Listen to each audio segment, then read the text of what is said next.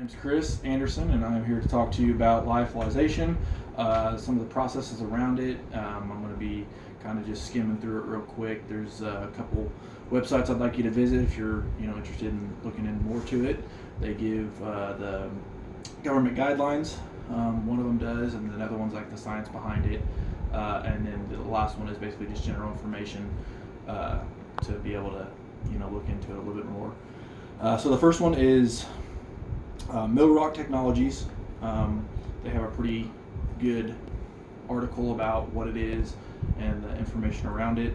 The FDA.gov has one also. It's lyophilized of parentals. And then the last one is ThoughtCo, how lyophilization preserves biological materials. That one's a little bit more scientific. It's a little bit harder to understand if you're not familiar with it. But basically the breakdown is we have a bottle that goes through a different couple of machines to get to the lyophilization process, and it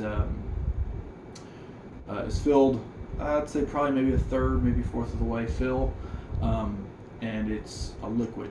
We press that into this dryer or chamber, and then we shut the door, lock it up, and put in a program that basically drops the temperature to a point that water turns into a gas, and then we raise it so that way the water is completely separate from this product.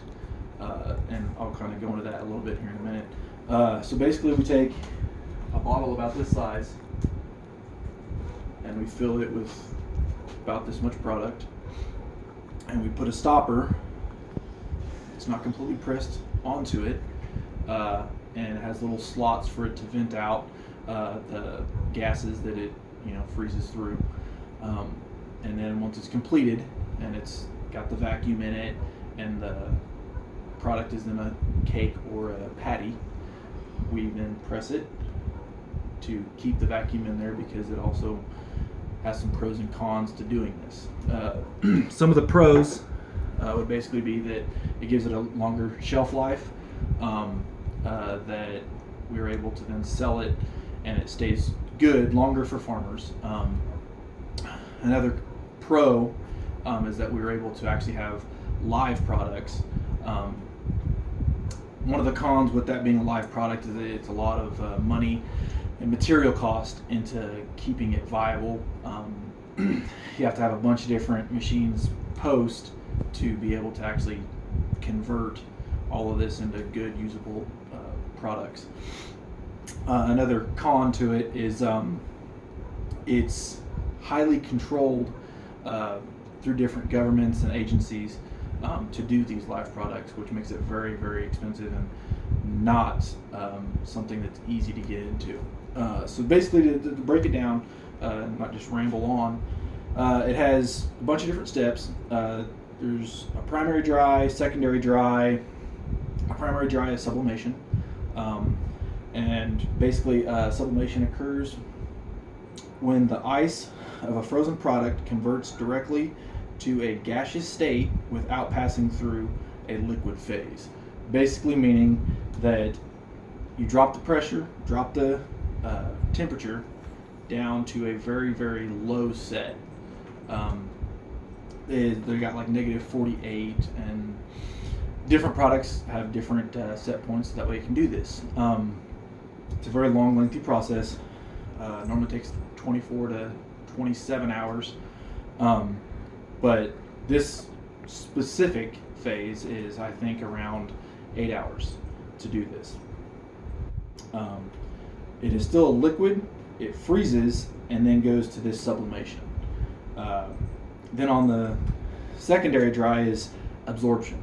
It occurs when the ionically bound water molecules are removed and raised to a temperature higher than the primary drying phase.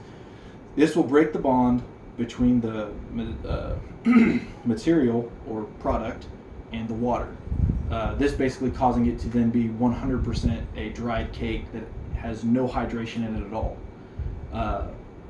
Basically, the only way I can think to explain it any better is when you take, hamburger and you make it into a patty, and it's completely 100% burnt. There's no way possible it's not a chip. But then you can soak it, and then it gets a little bit more water into it. Basically the same system. This, being a cake of product, you add water to it to then reanimate these live germs, bacterias, and then you can vaccinate your cattle or pig. Sorry. So basically after that lyophilization process, then it's able to be sent out to different farmers. They have a diluent that is with it, and you take a little bit of that diluent, shoot it into this bottle. It then creates another liquid. You have to shake it up a little bit to get that to happen fully. Then it's a liquid, and you can dose about 100 to 200, depending on what product it is, cattle or pigs, with this product. I hope this was informative. Hope that it wasn't too, misleading. But do go look at those websites, and have a nice day.